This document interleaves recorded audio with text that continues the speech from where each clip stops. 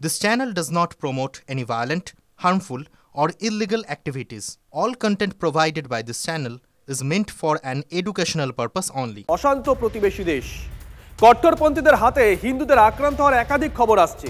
এরই মধ্যে রাজ্যের বিধানসভায় বাংলাদেশ নিয়ে সরব হলেন মুখ্যমন্ত্রী মমতা বন্দ্যোপাধ্যায়। তার পরামর্শ, প্রধানমন্ত্রী রাষ্ট্রপুঞ্জে বিষয়টি তুলুন যাতে শান্তি বাহিনী পাঠানো যায়। বিজেপি মুখ্যমন্ত্রীর বক্তব্য সমর্থন করলেও কটাক্ষ করতে ছাড়ছে না। আমরা দুঃখিত, আমরা মর্মাহত।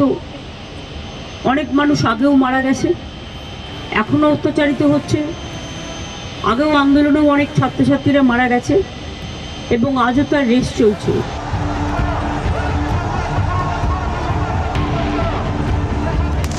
বাংলাদেশের পরিস্থিতি নিয়ে দুঃখিত, মর্মাহত হলেও দ্বিদেশীয় বিষয়ে শনিবার কোনো মন্তব্য করতে চাননি মমতা বন্দ্যোপাধ্যায়।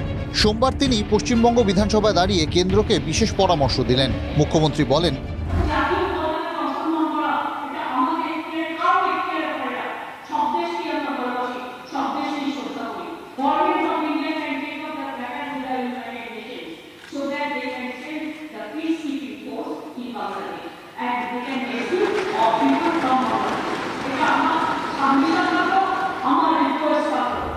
বাংলাদেশে সংখ্যালঘু হিন্দুরা আক্রান্ত, মাঠে ময়দানে ঝাঁপিয়েছে বঙ্গ বিজেপি। এই পরিস্থিতিতে কেন্দ্রের কাছে মুখ্যমন্ত্রীর এই মন্তব্য কি রাজনৈতিক মাসস্ত্র? রাজনৈতিক মহলের সন্দেহ অমূলক নয়, কারণ মুখ্যমন্ত্রীর মন্তব্যের কিছুক্ষণের মধ্যেই বিজেপির কেন্দ্রীয় নেতা অমিত মালব্যের খোঁচা, আপনি কুমিরের কান্না বন্ধ করুন। মুখ্যমন্ত্রীর মন্তব্যের সঙ্গে সহমত পোষণ করেও কটাক্ষ শুভেন্দু অধিকারীর।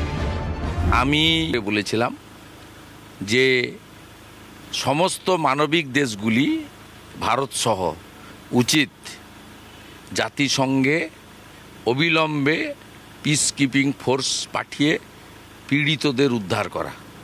সে কথা আজকে মুখ্যমন্ত্রী বলছেন, তা আপত্তির কিছু নেই, কিন্তু এই সদিচ্ছার প্রকাশ কার্যক্ষেত্রে দেখানো উচিত। চিন্ময় কৃষ্ণ প্রভুর মুক্তির দাবিতে শনিবার বাঘাযতীন থেকে যাদবপুর পর্যন্ত মিছিল করেন শুভেন্দু। যখন রাষ্ট্র ক্ষমতা সরাসরি ধর্মীয়ভাবে সংখ্যালঘুদেরকে খতম করতে চায়, তাহলে কার হস্তক্ষেপ করা উচিত? জাতিসংঘের? এটা আমার ব্যক্তিগত মত। বিধানসভা অধিবেশনে মুখ্যমন্ত্রীর মন্তব্য সাড়া ফেলে দিয়েছে বঙ্গ রাজনীতিতে। মুখ্যমন্ত্রীর দীর্ঘদিন পরে ঘুম ভাঙল এবং তিনি বিধানসভার অভ্যন্তরে একতরফা বিবৃতি দিলেন। উনি নিজে অনুব্রত বাহিনী, আরাবুল বাহিনীকে দিয়ে পঞ্চায়েত ভোট করান, ওনার মুখে আবার শান্তি বাহিনীর কথা। এই কথা ওনার মুখে না মানালেও এটা ঘটনা আমরা মনে করি যে ভারত সরকারের অবশ্যই বাংলাদেশে যা ঘটছে গত কয়েকদিন ধরে এই নিয়ে তাদের কি অবস্থান সেটা জানানো উচিত। সংসদে বিবৃতি চেয়ে কেন্দ্রের ওপর খানিকটা চাপও বাড়িয়েছেন মুখ্যমন্ত্রী মমতা বন্দ্যোপাধ্যায়। তিনি বলেন,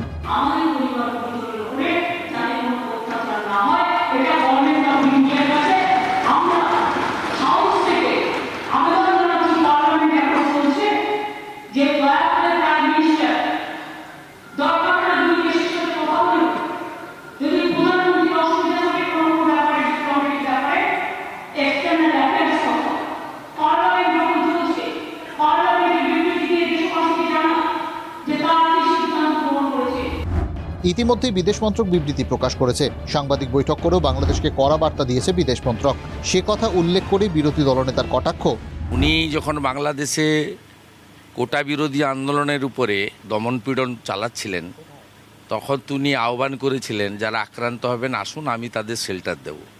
তখন প্রধানমন্ত্রীর কথা, পররাষ্ট্র দপ্তরের কথা, পররাষ্ট্র নীতির কথা তার মনে ছিল না। পার্লামেন্টের যে বিষয় আলোচনা, সেটা বিধানসভার মধ্যে আলোচনা করবার মধ্যে দিয়ে যুক্তরাষ্ট্রীয় কাঠামোর যে সাধারণ রীতিনীতি, সেই রীতিনীতি তিনি বারবার খর্ব করেছেন। টিএমসি কটা বিবৃতি দেয়, পশ্চিমবঙ্গে এই মুহূর্তে রোহিঙ্গা কোথায় কোথায় রেখেছেন তার বিবৃতি দিন। মাননীয় মুখ্যমন্ত্রী তো এতখানি বলেছেন রাষ্ট্রসংঘের সঙ্গে কথা বলে ভারত সরকার শান্তি সেনা পাঠা, কেন্দ্র সরকার কিছুই করছে না।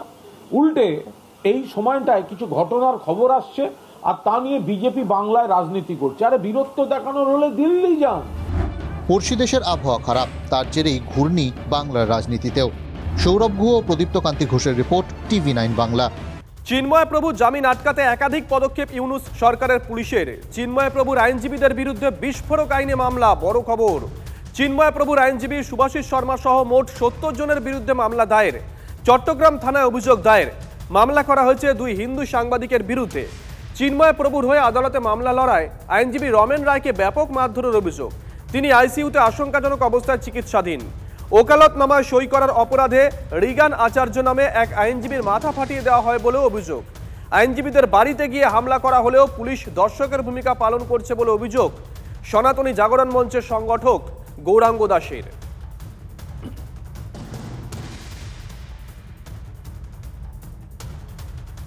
ওপারে জামাতের নির্যাতন নিপীড়ন আর এপারে তার বিরুদ্ধে প্রতিবাদ। আরজিকর আন্দোলনে দলমত নির্বিশেষে পথে নেমেছিলেন আমজনতা। উত্তাল হয়েছিল রাজপথ। আরজিকর কাণ্ডে যেভাবে রাজনৈতিক পতাকা ছাড়া মহানগর মফস্বল জনসমুদ্রে ভেসেছিল, সেভাবেই কি বাংলাদেশে হিন্দু অত্যাচারের বিরুদ্ধে গর্জে উঠবে বাংলা? প্রশ্নটা উঠছে সামাজিক মাধ্যমের একটা নির্দিষ্ট অংশ থেকে। ধর্মীয় মেরুকরণ আর ভোট ব্যাংকের পলিটিক্স, এই দুয়ের সমীকরণে আপাতত নতুন কৌশলে গেরুয়া শিবির। পেট্রাপোল বর্ডারে সমাবেশ করলেন বিরোধী দলনেতা, বললেন সনাতনী ধ্বজ আর জাতীয় পতাকা নিয়ে প্রতিবাদ করছেন। রাজনৈতিক পতাকাহীন আরজিকর আন্দোলন থেকেই কি কৌশল বদলের চেষ্টা? আমরা বলছি দুনিয়ার হিন্দু এক হও।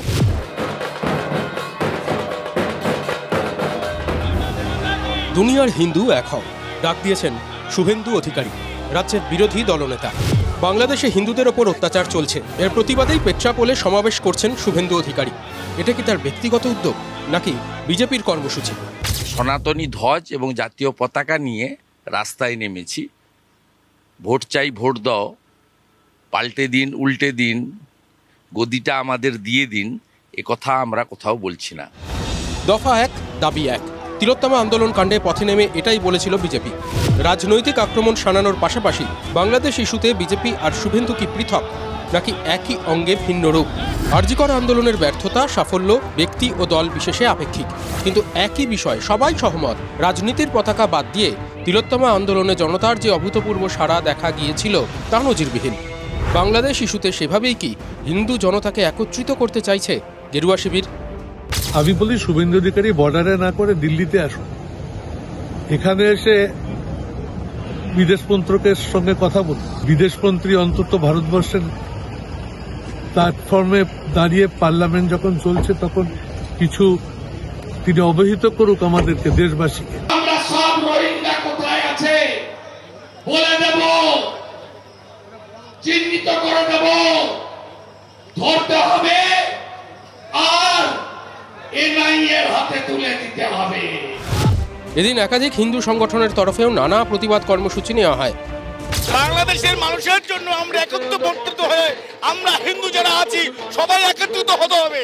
আমাদের চিন্ময় প্রভুকে যেন অতি শীঘ্রে মুক্ত হয়, তার জন্য আমরা সবাই একত্রিত হয়ে আমরা চিন্ময় প্রভুর জন্য আমরা জীবন দিতে রাজি। হিন্দু সমাজের নানা সংগঠন পথে নামছে, পথে শুভেন্দু অধিকারীরাও। বাংলাদেশের 1,31,00,000 হিন্দু, অন্তত 1,03,00,000 আত্মীয় পরিজন রয়েছেন পশ্চিমবঙ্গ, অসম, ত্রিপুরা সহ দেশের নানা প্রান্তে। সবচেয়ে বেশি হিন্দু বাঙালি পশ্চিমবঙ্গেই। একত্রিত হলে কার লাভ? ভোট বাক্সের সূক্ষ্ম পাটিগণিতের অঙ্কেই কি এগোচ্ছেন শুভেন্দু অধিকারীরা, যা সম্প্রতি লোকসভার ভোটে হারের পর বলতে চেয়েছিল বিজেপি? এই উগ্র সাম্প্রদায়িকতার প্রচারের পরে 2,35,00,000 লোকের ভোট, এটা বড় ছোট কিছু নয়, বিরাট ব্যাপার। Bureau report, TV9 Bangla. ফের জমি দখলের অভিযোগ তৃণমূল নেতার বিরুদ্ধে। অভিযুক্ত সিউড়ির ভুলকুনার অঞ্চল সভাপতি বিনয় চৌবে। সমস্যা সমাধানের আশা জেলা পরিষদের সভাধিপতি কাজল শেখের দ্বারস্থ অভিযোগকারী। পাল্টা রাজনৈতিক কারণে ফাঁসানোর অভিযোগ তৃণমূল নেতার। দোষী হলে ব্যবস্থার আশ্বাস জেলা পরিষদের তরফে। দখল, পাথর খাদান দখল, এগুলো তৃণমূলের কাছে খুব আকছার ঘটনা। তারই একটা অংশ ওয়াকফ সম্পত্তি, সেগুলো তৃণমূলের নেতারা অনেক জায়গায় দখল করে রেখেছে, যে বিষয়ে বিশেষ নজর দিয়ে সমস্যার সমাধান করতে। আমার মনে হয় এই অভিযোগটা ভিত্তিহীন, আর এটা আমাকে ম্লাইন করার জন্য করছে এবং আমার পার্টির ভাবমূর্তি আমাকে নষ্ট করার জন্য করছে। এটা ঊর্ধ্বতন কর্তৃপক্ষ আছে, ওরা দেখবে।